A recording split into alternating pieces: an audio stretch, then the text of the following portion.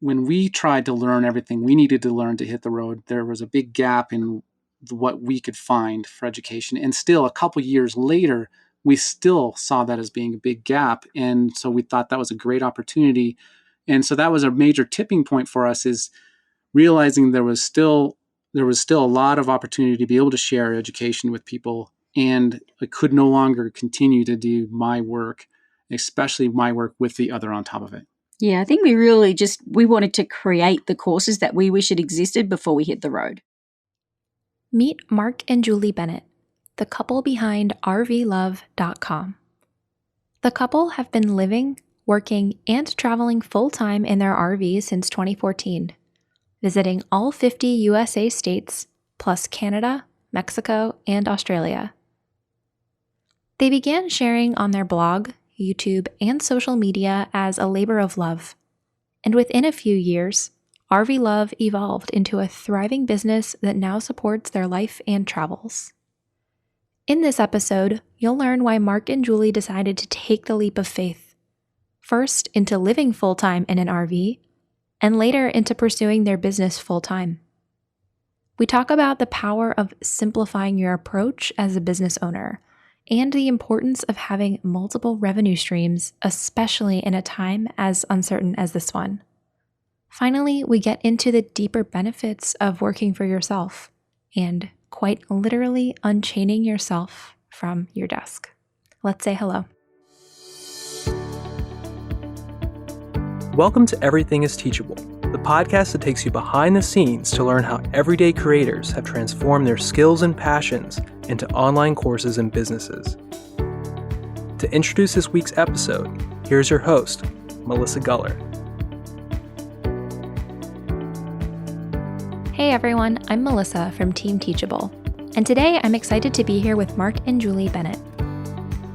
After moving into their RV in 2014, the Bennetts started their blog, RVLove.com.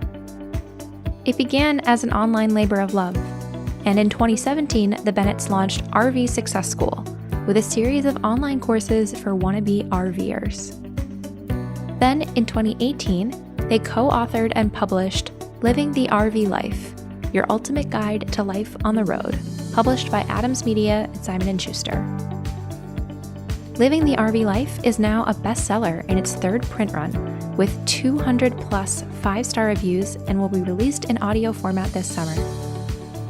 Marc and Julie are known for their honesty, inspiring positive attitudes, and for sharing practical advice and invaluable tips about the RV lifestyle, while sharing the realities of life on the road. Marc and Julie, welcome to the podcast. I'm so thrilled to have you. Well, thanks so much. We're excited to be here. Yeah. I am so excited to have my first couple on the podcast, big milestone for us. And I have to just start by asking, what made you guys decide to move full-time into an RV all those years ago? Oh, yeah, so many factors actually. But I think one of the big drivers was just that there's so little time off with our work, and we wanted to be able to have a lot more travel experiences with the limited time off we had. And I think the big thing that kicked us over that was going to Australia and meeting so many of Julie's friends. When Julie starts talking, you'll hear her Australian accent, but meeting so many of her friends and family who had seen more of the United States than I had.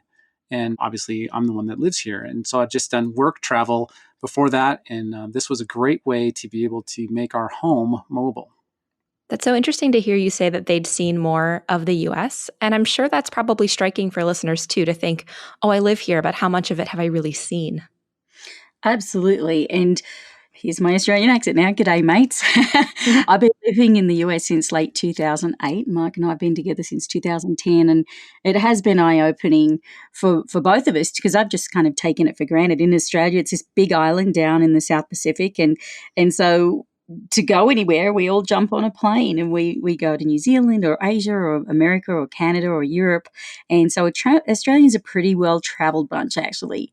But, when I met Marc, he'd mostly done travel for work. And that seems to be very common here in the US. It's a very strong work culture here in the United States. And as Marc was saying earlier, most people only get 1 or 2 weeks a year of vacation.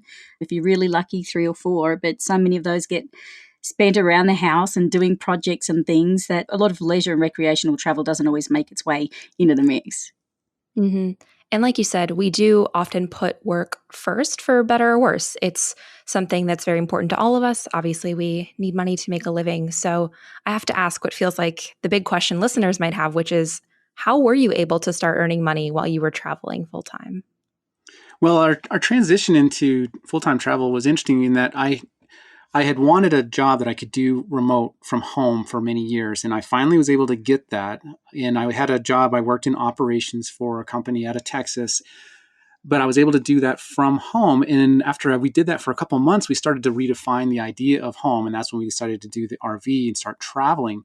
But I had that remote work that was providing an income to us and sustaining our lifestyle for those first couple years. And meanwhile, Julie actually started doing our side business. Right. So I was in between jobs when we decided to hit the road in an RV. So I had been looking for another job. The company I'd been working for had laid us all off when they closed the US office, and looking for another job in Denver with a commute just wasn't really very exciting to me. And this RV conversation just became more of our daily conversation, really, about, are we really going to do this? And so Mark just said, look, you used to have your own business in Australia and you've been wanting to get back to doing your own thing. I've always been in writing and marketing and creating content, which I really enjoy. And he said, so why don't you just go and do that? We'll travel. My job can support us. And I'm like, great.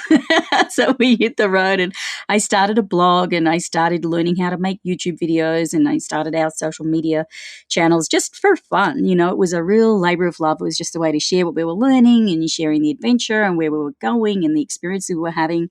So we started that as we called it RVLove, and really it grew very organically from there. But definitely Mark was a great husband in agreeing to support us both financially, because RVLove was definitely a labor of love for those first few years. Well, it was a labor of love, but it was something really you're passionate about and having fun with. And it was just really organic and a creative outlet to allow you to explore. And intrinsically rewarding, I think, is that Mike would have his full-time job, but then after hours, we'd go and do fun things. We'd go on hike national parks. We'd go for drives around Lake Tahoe. We started out with a dog at the time. We'd go take the ball down the beach and throw it for her. And this was after work, so we could move and travel wherever we wanted. So when work was done, and Mark's really good about work-life balance, 5 o'clock, work's done, shuts the laptop off, doesn't check emails, and we're out doing something fun. So it really was a great way to get a lot more life in our life. I love that. And I think it's so interesting to hear you describe both things as a journey. Getting the RV, that was a journey, but also blogging and learning how to do all these things online was a journey in itself, and sharing that with others must have been not just rewarding, but I have to imagine people started reaching out to you as well. Yeah, we have a really, really active, vibrant community at RVLove. You know, we've got Facebook and Instagram and Twitter, and well, there's not comments so much on Pinterest. YouTube is a big one for us as well, and the blog. So we're kind of across everything, which is a lot to juggle, but we have different audiences in each of those platforms, you know, and so we have different conversations with them there. But it's been fun. I was a bit concerned hitting the road that it was going to be a bit lonely, because I'm an extrovert, Mark's an introvert, and so having friends and community is really important to me. So leaving Colorado and leaving our family and friends was a big thing. So there was an emotional journey as well that was part of this whole transition. So many, many journeys within the one big, I call it a never-ending road trip, because we're just always on the move. But the journey is, you know, it's emotional. It's been in growth of a new business. It's been in learning about the RV lifestyle, learning more about this country and all of the amazing places you can visit and things you can do. So it's really been a huge journey, even in personal growth, you know, in every aspect. But the people we've met along the way are definitely a big part of that. Yeah. Well, and you mentioned the community, but I think it's also important to note that yes, we do have a really big community right now, but when you first started, I remember you regularly talking about how you felt like you were talking to an empty room. Yeah, when we first started, you know, it was 70 friends and family out of my phone that I put on an email list and started sending email newsletters and writing blog posts, and I'd feel like, is anyone actually reading this? Am I writing to an empty room here? But eventually it grew. It's pretty big now. I'm sure that must be a relief for some listeners to hear, though, because it's easy to look and see where people are 5 and 6 years down the road and forget that they started off just telling their parents about it too, or friends and family. And it does grow. But I think part of what makes creators successful is just knowing that it takes time, that it is a journey, and that it won't happen overnight. That's a really big point, Melissa, because it's so easy. And I did the same thing myself when we started, and I'd look at these other bloggers or YouTubers that had been doing this for years and had big followings and had really great quality content, and I'd look at it and I go, oh gosh, I'm never going to get there. And it's so easy to compare yourself to others, and that's just not really. I mean, it's great to be inspired by what others are doing, but at some point you need to pull that back and say, no, I need to focus on my own voice, my own message, stay in your own lane. We've all got our own unique ways to be able to share a message. Really, nothing's original out there. I mean, all of us are sharing something that is probably not completely unique, but how we deliver it and how we share it and how we teach it is unique, and that's what we need to focus on. And I think that's the great thing about the journey with social media is you can just give yourself permission to listen to your own voice and allow that to come through in a way that's natural for you instead of copying someone else. I think that was a big part of our success and organically growing an audience is we were just being ourselves and having fun and being goofy and sharing the mistakes we made as well, and people just relate to that. I love that. So we've talked about how small you were at the start with your 70 people. Then from there, how did your business start to evolve? Well, it started first with the blog at RVLove.com, and I've always been a writer. I love to write, so I liked writing articles and stories about what we were learning about the RV life and how we came about the decision to purchase the RV that we did and the places that we went and tips for visiting Lake Tahoe, things like that.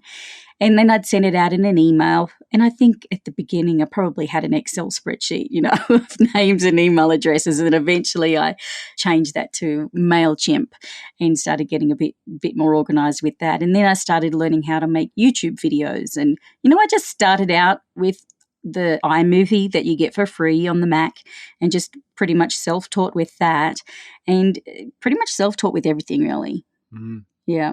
It's reassuring to hear that because you don't need fancy tools. And I think there are a lot of good free options like MailChimp, you mentioned, that starts off for free. Mm-hmm. iMovie starts off as a free tool. There are a lot of, even now, new apps coming out that make it easy to share like social media videos. So the barrier for technology, I think, is just getting lower and lower.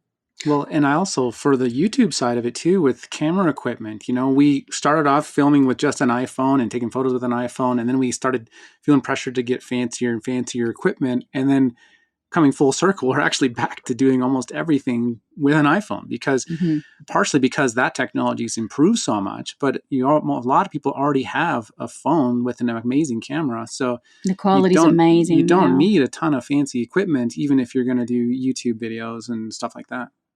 I think that's really interesting to hear because having you guys go from the phone to complex back to the phone, I think is not just a testament to the technology, but like you said, it's easy to use. Everyone has one. It's working for you guys. So I'm sure it could work for anyone. Yeah, and it's more affordable because we just found that technology gets outdated so quickly. And it was just getting more expensive to get new camera equipment and then more audio equipment and more tripods and lighting and all of those things. And it got to the point we actually went to Australia in September to visit family and we didn't do much work when we were there, so we didn't take much camera gear. And it was really freeing. And we just always ask ourselves, well, why do we set out to live this life anyway? It was to have more freedom and enjoyment in our life. And we didn't want to complicate that with carrying loads of heavy gear around. It just didn't feel light. It literally felt like a burden. And we have some friends they actually produce a TV show about RVing called The RVers. And they were off to Italy around the same time we went to Australia. And I remember seeing an Instagram post where they showed a picture of their 100 pounds of luggage of all of their camera gear. And I get it, they're producing for a TV show, but I remember thinking to myself, nope, that is not going to be us. And that was the catalyst for it to say, we're selling all of our camera equipment. And we did that around, I think, in December, simplifying down to the iPhone because then everything's all in one place as well. It was also, I had different memory cards from different cameras and phones and drones and GoPros. And it just got messy and complicated. And we're just like, that's not how we want our life to be. So how do we simplify it and how do we bring the joy back to what we're doing and not get bogged down in all the technical stuff and spend all the money on it too? Mm-hmm. I think the simplifying aspect is very easy to see when you talk about like the physical gear, but I'm sure a lot of early creators can think about their online world too. I think we accumulate so many digital things that maybe listeners can think about, what digital gear can they get rid of and maybe the physical gear as well. Absolutely. And we get people ask all the time, what gear do you use to make your videos, or what video editing software to use? And we're definitely happy to share that. But I always make the point of it's not about that. And all of the great creators will tell you that, like Casey Neistat, who's legendary. I mean, he'll say it's not about the gear. Yes, you can get better quality production when you're using higher end gear, of course, but it's really about you and your voice and the authenticity of your message that people are going to relate to and resonate with. A really valuable lesson I just want to quickly share is when we first started with really upping our game with our videos, and I was looking to one particular channel that did beautiful quality work. He's a videographer, his wife is a makeup artist, they're cute as a button couple, and I was kind of looking up to them as a benchmark that felt completely impossible to achieve, because that's their profession. That's not our profession. And then I watched another gal who had very homegrown, basic, very underproduced videos in the same space, in the RV space, and she had way more views on her videos than they had on theirs. And that was really valuable for me to realize that it doesn't matter how fancy and expensive your equipment is, as long as people like you and relate to you and you're authentic and relatable, that's really what people want. Yeah, and they want to see what you have to share, whether it be for entertainment or for education. Mm-hmm. Mm-hmm. Perfectly said. I think that's a nice segue to actually start talking about your online courses. So at what point in your business did you start thinking about adding online courses to the mix? Well, as Julie mentioned earlier, we love the freedom aspect of our lifestyle. We love being able to travel around, and we love the independence, the location independence. But we also, my job still had a lot of restrictions in that I had to be on the computer from 8 a.m. to 5 p.m. Central Time. And so whether I was in the Pacific Coast or the East Coast, my time zones would change. But it was such an intense work schedule, and that I would sometimes, and we joke about this, but the way my office was set up in the motorhome was that I could literally reach the door handle to the bathroom while sitting in my desk chair. But sometimes my days were so intense, I literally could not go in that room for 6 or 7 hours at a time because I literally could not step away from my desk. So though I had the location independence, I had a lot of intensity at my work, and it eventually started to really weigh on me. And also doing our side hobby business on the side was on top of that job in the evening sometimes. So, and it was growing. It was growing and growing, and your work was getting more intense. So my work was getting super intense and less rewarding. And yet what we were doing on the side was still very intrinsically rewarding. Though it wasn't making as much money, it was very intrinsically rewarding. And it was with us only spending a little bit of time on it. And it eventually reached a tipping point for us in that it just became too much to bear. And I was starting to have some health concerns because it was impacting my health. And so that's when we started getting more serious about doing our own thing and online courses, is because when we first hit the road, we realized there was a gap there, that when we tried to learn everything we needed to learn to hit the road, there was a big gap in what we could find for education. And still a couple years later, we still saw that as being a big gap. And so we thought that was a great opportunity. And so that was a major tipping point for us, is realizing there was still a lot of opportunity to be able to share education with people. And I could no longer continue to do my work, especially my work with the other on top of it. Yeah, I think we wanted to create the courses that we wish had existed before we hit the road. And to just make it a lot easier, we spent hundreds and hundreds of hours researching, and it was kind of a piecemeal approach. And we just couldn't believe that something like this didn't already exist, actually. Mm-hmm. And for the first few years on the road, why hasn't somebody recreated this? Why hasn't someone made a course online that you can learn what you need to learn to hit the road in an RV and be safe and know where to look for information and know how to not electrocute yourself and all of those things. And then eventually, as Mark said, when his work was getting to a point where it was literally making him sick and it was impacting us in our relationship and our happiness, and we thought, this is not why we hit the road to do this. This is not worth it. You're killing yourself for your job. And at some point, we have to draw a line in the sand.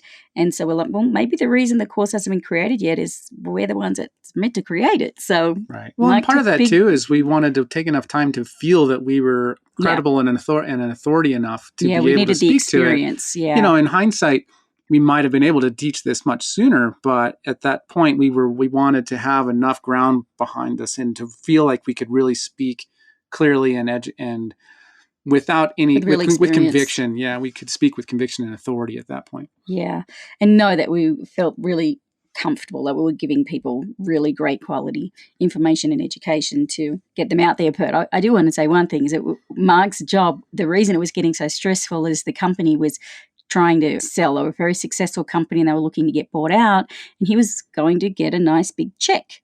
Right. And so we were hanging out waiting for this big check that we thought as soon as, the company sells and Mark gets his check, then we'll have the money to go off and start our own business. We were kind of waiting for all the stars to line up for the situation to be perfect. And then it wasn't perfect because it was killing him. And I said, you know what, if this company doesn't sell, because they kept delaying the date and pushing it out and putting everyone under more pressure. And I said, you can't keep doing this, and whether they sell or not, whether you get the money or not, you have to make a decision that if it doesn't sell this time, you're going to leave, because we'll be okay. We'll find a way, because you're miserable and you're killing yourself.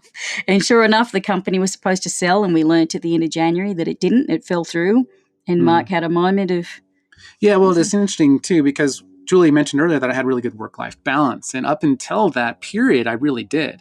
But when the company was up for sale, a lot of the executive team and the leadership team all started working far more, because we were trying to do our regular work and then all the stuff for the business sale on top of it. And that's what lost work-life balance, which is what caused a lot of the health, which is what threw everything out of whack and what made us have that reevaluation.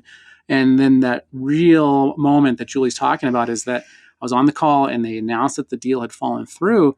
And I had maybe half a second of real disappointment. And then I all of a sudden realized, wait a second, I'm free, because we'd already decided. We decided that whether it's sold or not, I'd be leaving. And when the deal fell through, I knew that it would be at least 6 months, probably a year before they try and put the company back on the market, which meant there was no way I'm staying that long. And so within a couple of weeks, I'd put in my resignation and left. And it was a huge leap of faith. It was a big leap of faith to go fully supporting our own business.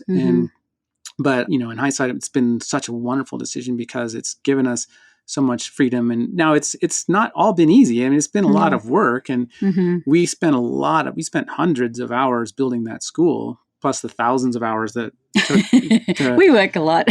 Yeah, we do. We're trying to get back to that work-life balance we used to have. Yeah, but what's interesting though is, I talked earlier about how my work was so intense I couldn't even use the restroom if I needed to. And now, even if we work a long day, I still know at any moment I can get up from my desk, I can go for a bike ride, I can do whatever I want. I have the choices, because we have our own business that we make the rules. And so it's really has location independence and it has time independence. And if we have a day, we don't feel like working at all today, it doesn't matter what day of the week it is. In fact, I very rarely know what day of the week it is. We have to really put reminders in our things to remind us to come do this podcast with you. So we got to remember what day it is. But I think everyone's having that problem right now during the lockdown. During the lockdown, a lot of people have trouble remembering what day it is. But the freedom is something we really can't put a price on, and just having more control over our own destiny. I think it's interesting that we often describe leaving the stable job as a leap of faith, but hearing you describe your story, I mean, there's almost a curse in the as soon as thinking too, because there's no guarantee about anything in a stable job. A great job that had great work-life balance for you changed, it sounds like, fairly quickly when the company started working on something. And so although it seems like a leap of faith to start something on your own, and it certainly is, I think that it's clear just hearing you guys share about your story that there are so many benefits, so many good things that could come from it. And even if it hadn't worked out, there's always things that you can do after that as well. Well, and I also think it's important to point out that we actually have a different type of stability now that we did before. When we were in our initial stage, when it was my income supplying everything was coming from a single stream. And now with our personal business, our online business, we have probably a dozen or more small streams of income that add up to become greater income. And that creates a separate type of sustainability and stability Because before, and as a lot of people have realized with the recent pandemic where a lot of jobs were lost, that was if they had only the one stream, that could really hurt them. But if you have 10 small streams, that can actually create more stability, because if one drops, maybe another one benefits. Yeah. Great point. And maybe just to give listeners a sense of things, you said you have 12 smaller streams, but what are some of those streams of income for you now? Well, our online courses are one stream of income. Another one would be the revenue we get from our YouTube channel. We have advertising on our website at RVLove.com, so that's another stream. We have affiliate partnerships and relationships. We have an Amazon store. Although here's a great example, as anyone that's got an Amazon store with an affiliate program knows that they recently changed it again and slashed the affiliate revenue. So that is definitely one of our streams. And I remember when that happened, we thought, wow, that hurts, but it doesn't hurt us as much as, say, someone who's built an entire business based purely on Amazon affiliate revenue. Because then, if you've had that slashed by, I can't remember what it was it 75% or something? It was a lot. It was substantial, yeah. But for us, it's just like, okay, well, we make usually maybe on average, I don't know, maybe $500 a month from Amazon. So even if that gets cut in half, like a couple $100, it's not going to make or break us. So the other affiliates, and then, we're just having to be more nimble and adjust our business model in response to those things. So, but the most stable income is, of course, the ones that you can have the most control over, in that you've got your email list, your website, things that you control. But whenever you depend on another platform, whether it be Amazon or YouTube or anything like that, you have a lot less control. Right. And I forgot another source of our income is we actually have a book as well. So we can talk more about that later, but that's another stream of income as well, which has been great. It's so helpful to hear you just talk that through, because you're right, especially in a time like right now where a lot of people may have had one income stream and now unfortunately have zero income streams. It's helpful to hear about how many options are possible, especially when you do have your own online business, where it's not really the same as a standard job. It's not one online business equals one stream of income anymore. There's so many more options. Absolutely. And we've had different periods of time where our revenue from our school has been much higher at certain times than others. It's not consistent every month. We, had a really big successful launch, and then we've had other launches since then, and different sales and promotions or different marketing campaigns. But that's where having the multiple streams really is very helpful. And that's what we're always looking to build, is how can we keep building more foundations in our online business to be able to withstand what's especially what's been going on now. I mean, this is life-changing for so many people. I mean, we've seen a drop in our income, like I think almost everybody has, but we're so grateful that we do have an online business already. We've already got the skills that we've got, what we've already got set up. And it took time to build that. So anyone that's out there thinking about doing it, I mean, you can do it. You can do it. It's going to be scary. It's going to be a lot of work, but it's something that you can have more control over, and it's going to give you some focus and something to really look forward to building something of your own. Because I know there are a lot of people listening to this call that have been thinking about creating a course for a long time. We thought about ours for 3 years before we finally pulled the trigger and did it. So, if you're listening to this, is because maybe this is definitely the time to go for it. Well said. So speaking of your course, I know we've already kind of hinted at the hundreds of hours that have gone into it, but I'd love to hear more about not just what your course is about, but how has it grown? What was it like for you to make the course, and what does it look like now? Well, when I first left my job, and I took a couple weeks off to start regaining my health, and then I dove into building the course full time, and like all day, every day, I was just spending writing this course and building all the course content. When we first launched, we had a few courses, and then we had a bundle option that would give you all of them at once. And it was really a great platform to be able to provide those options to people in an effective sales process.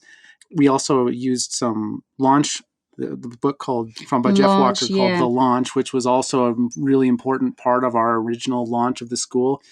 And over the years, we have added more courses, and we eventually realized that it got a little bit too complex, and now we've cut it back to being more streamlined again, and then we'll plan on doing another launch or some other tools to try and promote the school in this changed environment. But it definitely grew. Julie mentioned we had a very successful initial launch. In fact, it gave us a lot of comfort for a big part of the year, and then it still continued to generate revenue passively for months, many months, and even years after that. But now we're wanting to do a relaunch and a restructure of it, but it's changed over the years, but it's been really wonderful. Mm-hmm. It's interesting to hear you talk about how you started with some courses and ended up adding and now are paring back or going simple, because I think maybe early course creators assume that the way their business will grow is by adding more and more and more courses. Mm-hmm. But it seems like instead you guys have found that something much different has been working for you. Yeah, we had a few different courses for people to buy. We thought, well, maybe they don't want that part. Maybe they've already got an RV, so they don't want the choosing the right RV course. Maybe they just want to learn what they need to do to hit the road in an RV, especially as an extended travel or full-time RVer like we are, which is a whole other level of of learning. And then we really priced the bundle to make it to really encourage people to buy that. And the vast majority of people did buy the bundle. But just some feedback that we've been getting. We've been working with a business coach too that's been helping us, and he's just like, there's too many choices. And I think we can say that about most things in life. You go to a restaurant and you see sometimes it's just, oh my gosh, there's too many choices. There's too many options here. What's your special of the day? And you just kind of want to make it a little easier. It's just, I think we get decision fatigue and always having to think about things and make decisions about even little things. People might remember Steve Jobs used to wear the same outfit every day because it was one less decision he had to make every day. Is what am I going to wear? I'm always going to wear my black polo and my jeans, and that was one. And you hear that about a lot of really successful entrepreneurs do that. We don't do that, but I think just more variety in our lives. But it is. I think. I'm somebody that likes to have lots of choices, but then I can also see where there's a point where it's just like, just give it to me. I like what you do. I trust you. I know what you're about. Just tell me where I sign. And I think we made it in some instances a little harder for people with too much information, almost overselling it. And I think now we've stripped a lot out of that now, because if people come to the course and discover the courses, they've already found us, already know who we are. They just know that we've got a deeper level of education and they want more of that. And then they don't need to be sold so much. They just need to know what's a clear path for them. I think that's such a good tip. And maybe it's even reassuring for listeners, because it means they don't have to create a dozen different courses. Instead, people want you for your expertise and the knowledge that you can share with them. And so just by offering fewer things, maybe that'll be helpful for somebody listening in today. Comes back to simplification again, doesn't it? And don't be afraid to just film the whole thing on your iPhone. And you can get one of those simple ring lights. They're really inexpensive. We've got like a $500 lighting kit that we bought years ago, and we've hardly been using it. I've been using this $35 ring light I bought on Amazon, and it's actually working really well. And it's cheap. You can tell it's not good quality. Mark complains every time he puts it up. What a chintzy cheap thing it is. I said, but it works, and the light's good, and it's a round ring lights designed for faces. Is actually, to me, more flattering light. And so, I've just got a little mic that goes into the phone and set it up on a tripod, and easy. Well, and I think it's funny that you're making that comment about the gear, is that when we were filming all the content for the school, I said we wrote all the school content. And then what we did is, after we wrote it all, then we had little outlines for speaking to small short videos to introduce the written courses at the time. And we had planned to do this big filming production with all of our fancy gear.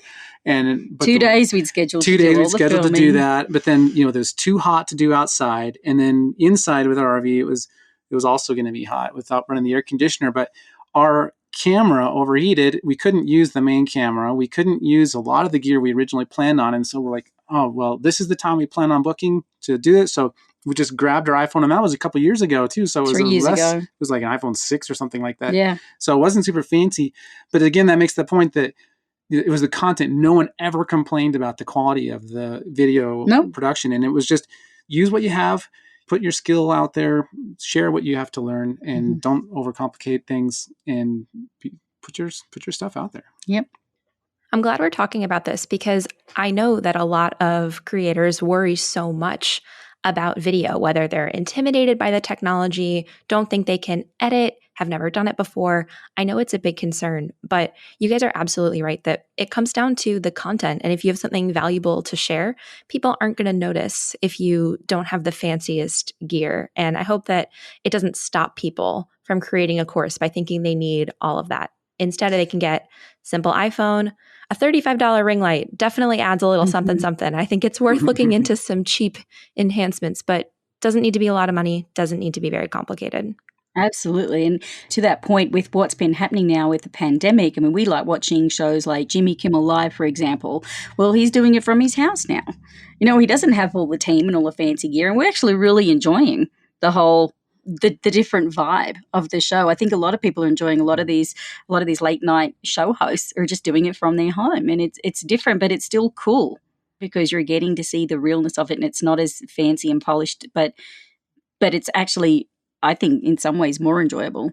Mm-hmm. I think what's been interesting is when you don't have a ton of gear, you don't have a giant crew, a lot of people are forced to rely more on creativity. So like John Krasinski's Some Good News, I think is a great example. He's just filming in his home office and he's having a great time because he's focusing on something positive and really doing a good job, I think, finding joy in little things. And people love it.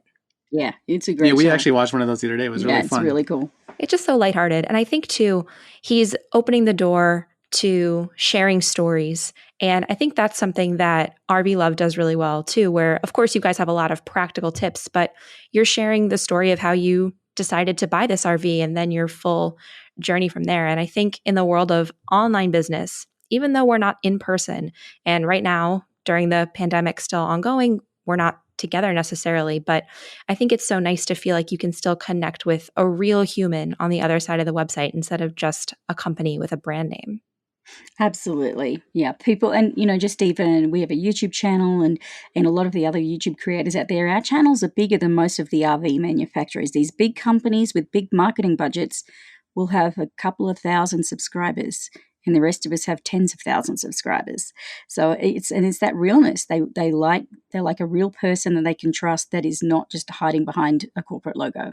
Yeah, and when they're buying your courses, they're buying you. They're not buying the education so much. I mean, obviously they want the education, but it's, they're buying. Yeah, they relate to you, they trust you, and they want to hear from you. Yeah. Mm-hmm.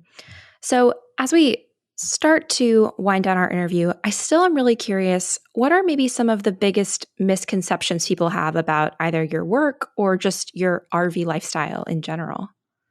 I think people think we're constantly on vacation. Every day we're out hiking national parks and kayaking on the lake and biking through, well, actually we have been biking through Garden of the Gods here in Colorado Springs this last few weeks. But we work a lot more than people probably realize. It does take a lot to I'm not saying this to scare anybody off, but I mean, there are quite a few things that we're juggling right now with some projects that are our own choice. But yeah, I think we're not just sitting around having happy hour and campfires every day and every night.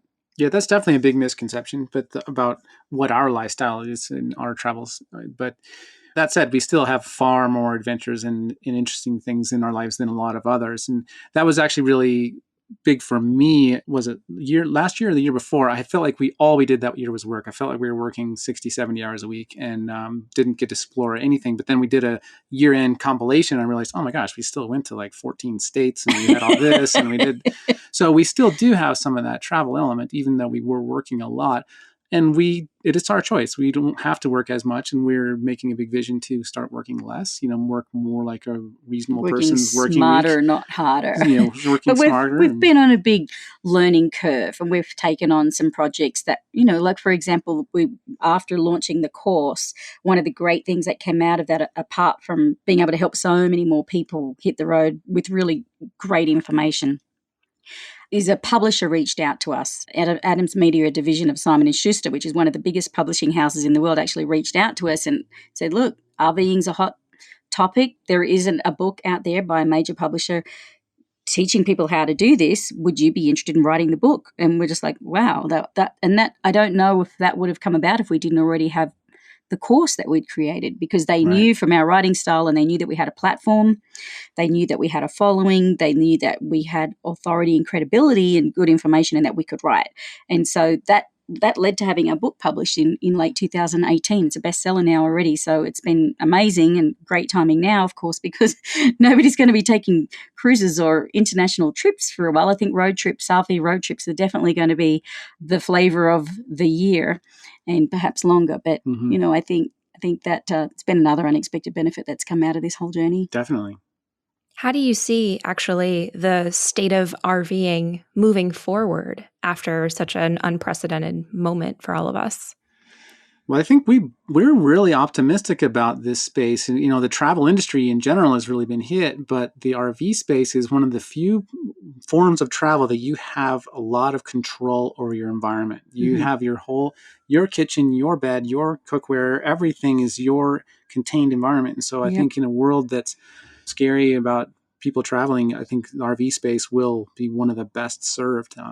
Economic conditions aside, that's going to impact people all around the world. But when people do spend any money on travel, they're likely to be doing it on road trips, and especially RV travel, because that's the most contained, and there's a lot of merits to it. Yeah, a lot of people are now like really prioritizing health, even over finances right now. It's just, how can I keep my family safe and, use my own restroom, prepare my own meals, don't have to sleep in hotel beds everywhere you go. And everyone's got cabin fever. Everyone just wants to get out and get outdoors and do something. But I think an RV helps overcome those fears, and you can have the best of both worlds. We certainly have found that. Yeah, I mean, we have, this is our full-time home. We live in ours full-time year-round. So it's a little different than just traveling, but it's just a second home for, you could have something small, keep it in your driveway. And even if we end up having to be cooped up again, which they're predicting, I mean, you've got another space to go out and use as an office, or to, record your podcasts or your videos. Or that's the other thing, is a lot of people have been forced into working from home now. They didn't have to before, but didn't necessarily have the space for a home office. So I think there can be a lot of additional benefits to an RV, even beyond just the travel.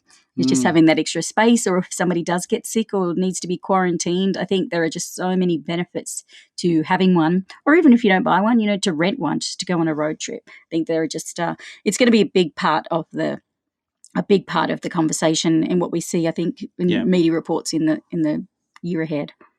And kind of thinking, the question on my mind and maybe on some listeners' minds is, well, but how expensive is it to live maybe full-time out of an RV, or just compared to regular life? Is it crazy expensive, or is that a myth?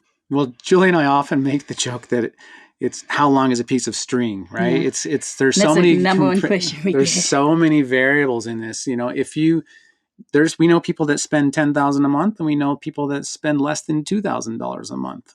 So there depends on your goal in getting into the lifestyle. If you're retired age, or if you're otherwise financially independent and you're wanting to just have a big time and travel and see the world, then you may have higher expenses. But if you're getting to the lifestyle with the goal of lowering expenses, you can absolutely do so and have a lower cost of living than you did in a regular home. Yeah, we cover all that. I think it's in chapter 2 of our book. We talk about the planning and the budgeting, the prep stage.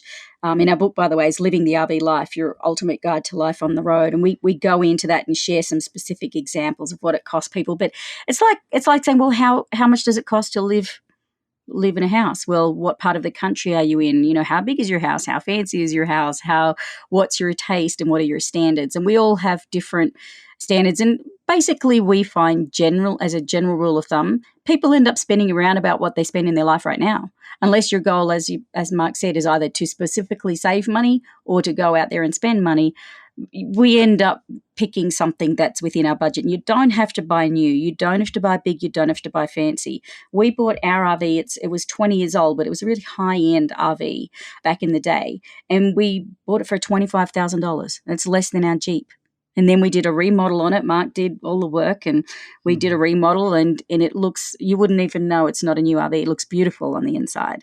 So, you can do that too. And I think that's one of the things that we really like to convey to people in our book, in our courses, in all of our content, all of our free content on RVLove.com, on our YouTube channel.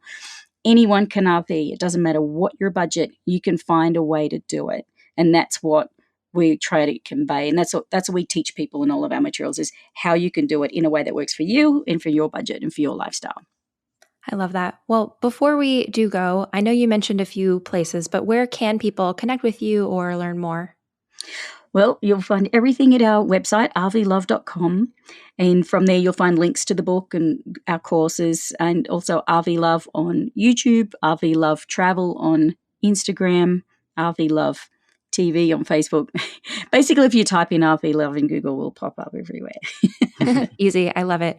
Well, you guys have certainly left me itching to leave my tiny Brooklyn studio and head out into an RV. But before we do wrap up, do you have any final words of wisdom or inspiration for our listeners today? I think just have confidence in yourself. Know that you have something to share, and that and get out and do it. Don't be afraid to do it. And don't feel like you have to be the polished, perfect thing when you start. Just start, and you can learn. We are self-taught and have learned everything as we go. And Google and YouTube are wonderful tools to be able to type in an answer and up will pop a question. And just learn. Just don't be afraid to learn and get out there and just do it. But just start. Just start. We all started at zero. So the sooner you start, the sooner you'll get to where you want to be. Thank you all so much for joining us this week. You can learn more about Marc and Julie Bennett, RVLove, and Teachable in the show notes at teachable.com/EIT24. That's teachable.com/EIT24. Before you go, make sure you subscribe to our podcast so you can receive new updates right when they're released. You can either subscribe right in your favorite podcast app, or you could sign up for email alerts at teachable.com/EIT24. And if you are enjoying the show, I hope you'll let us know. I love reading through your reviews in Apple Podcasts, and if you have a minute to spare, I'd love to read yours too. On behalf of Team Teachable, we hope you enjoyed this episode about simplifying and taking the leap with Marc and Julie Bennett. We'll see you in the next episode of Everything is Teachable. This podcast is produced by Teachable, where our mission is to empower creators to transform their knowledge into income. To date, we've helped over 80,000 online business owners build and sell their online courses. And together, they've earned over $500 million and reached over 20 million students. To learn more or to start creating your own online courses for free, visit teachable.com.